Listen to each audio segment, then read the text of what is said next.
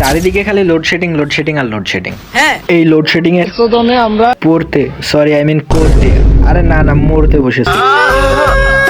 অন্যদিকে আমাদের দেশের নেতারা লোডশেডিং নিয়ে যা বলে। গ্রামে লোডশেডিং নাই, যেটা হয় আমাদের পল্লী বিদ্যুতের লাইনগুলো অনেক লম্বা লম্বা, কোথাও যদি ফল্ট হয়ে যায় বিদ্যুৎ ট্রিপ করলে ওই ফল্ট লোকেট করতে টাইম লাগে, সেই জন্য বিদ্যুৎটা আসে না।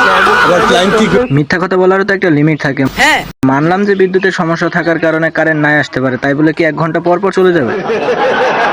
ভাই আপনাদেরকে আগে থেকে সাবধান করে দিই, কেননা জনগণ এখন ক্ষিপ্ত। না মানে পরে আপনারাই তো বলবেন। বলি শোনেন, আপনারা এখন যতই করেন, জনগণ যদি একবার সুযোগ পায় তাহলে আপনাদের সবার পিছনে দেবে।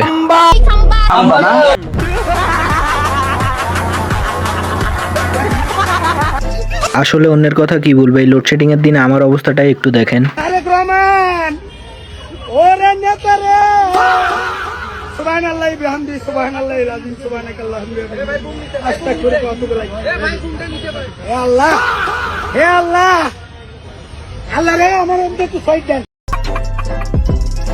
ভাই আপনাদের মতো আপনারা যা করার করেন, ঠিক আছে। কিন্তু আমাদের একটা কথা শুনেন। না মানে ভাই অনুরোধ করতেছি। কারেন্টটা দেন ভাই, কালকে রাইতে তো ঘুমাইতে পারতাছি না, খাইতে গেলে কারেন্ট যায়, বইতে গেলে কারেন্ট যায়, বুঝতে গেলে কারেন্ট যায়। ভাই কারেন্টটা দেন, নাহলে একবারে লয়ে যান।